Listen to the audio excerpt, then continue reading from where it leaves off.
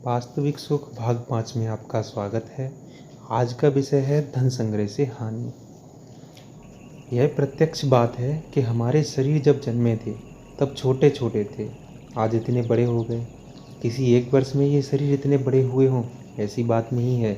ये प्रत्येक वर्ष में बदलते हैं। जो प्रत्येक वर्ष में बदलते हैं वे प्रत्येक महीने में बदलते हैं। ऐसा नहीं कि 11 महीनों में तो नहीं बदले और 12वें महीने में बदल गए हों।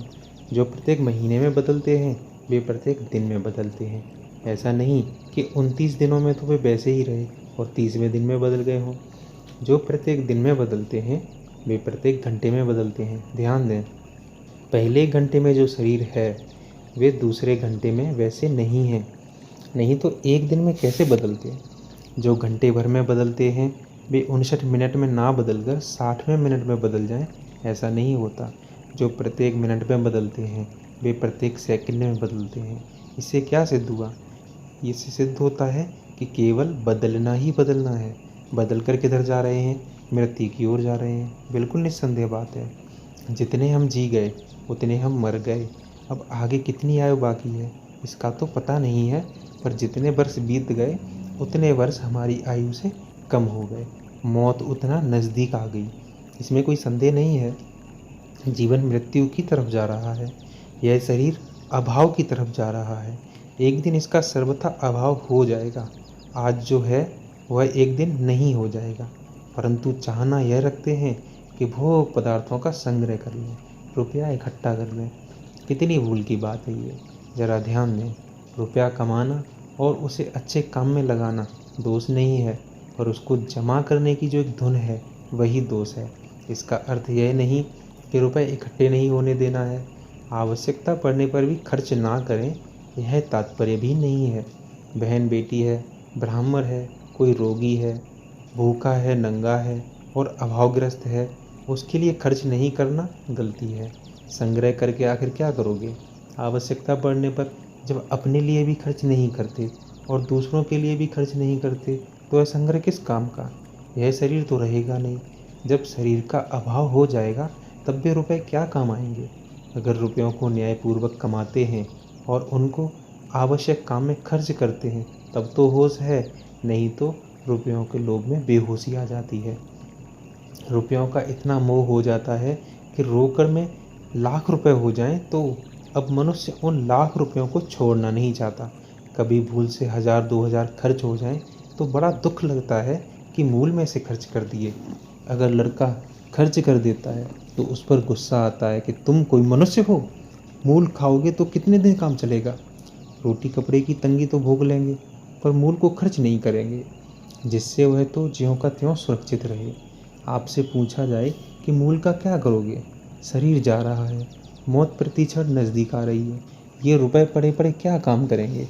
मैं ये नहीं कहता कि आप रुपए छोड़ दो, फेंक दो या नष्ट कर दो, पर उन रुपयों के रहते खुद तंगी भोगते हो, आवश्यक चीज़ भी नहीं लेते, जहाँ ज़रूरी है वहाँ खर्च भी नहीं करते, तो फिर रुपए क्या काम आए? होश आना चाहिए कि भगवान ने दिए हैं तो उन रुपयों को अच्छे से अच्छे काम में खर्च करें। जीते जी अपने और दूसरों के काम में लगाएं। केवल कंजूसी करके हम संख्या ही बढ़ाते चले जाएंगे तो क्या होगा?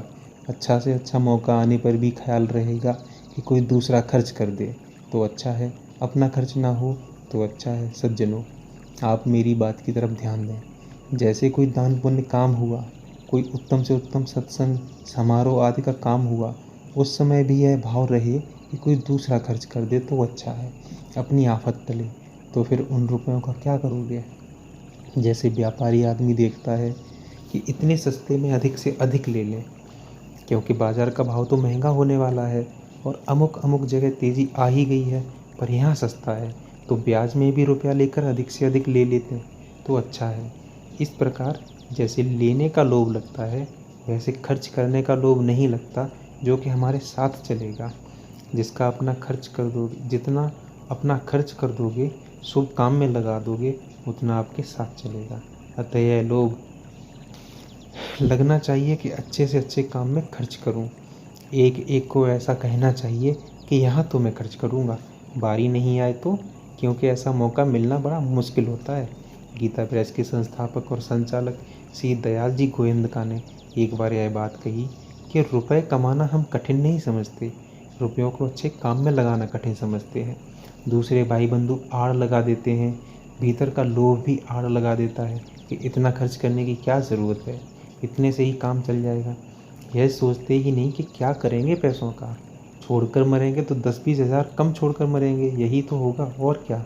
यह तो है नहीं कि सब खर्च हो जाएंगे, कंगले हो जाएंगे। जो धन नहीं रह जाएगा या रह जाएगा आ करके चला जाएगा, उससे कोई पुण्य नहीं होगा, उससे अंतःकरण निर्मल नहीं होगा। परंतु अच्छे से अच्छे काम में धन खर्च कर देंगे तो चित्त प्रसन्न होगा, पुण्य होगा, संतोष होगा कि इतने पैसे तो अच्छे काम में लग गए। अब जो बाकी रहे वे अच्छे काम में कैसे लगे, इसका विचार करना है।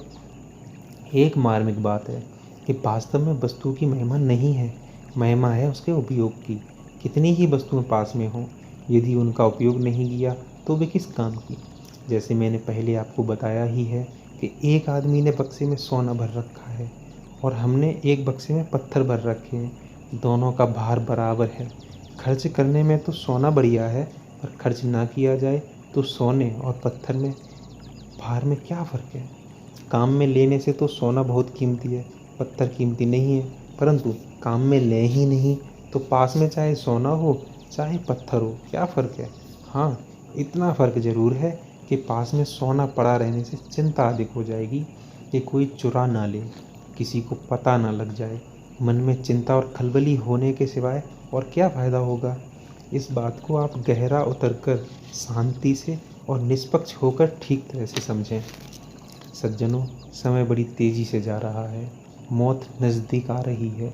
एक दिन सब पदार्थों के साथ पड़ाक से संबंध टूट जाएगा, इसलिए बड़ी सावधानी से समय को और पैसों को अच्छे से अच्छे काम में लगाओ। श्री कृष्णा, जय श्री राम। आपको हमारे चैनल पे ये जो प्रवचन कथाएं सुनाई जाती हैं, अगर आपको अच्छी लगती हैं तो हमारा चैनल सब्सक्राइब करें। राधे राधे।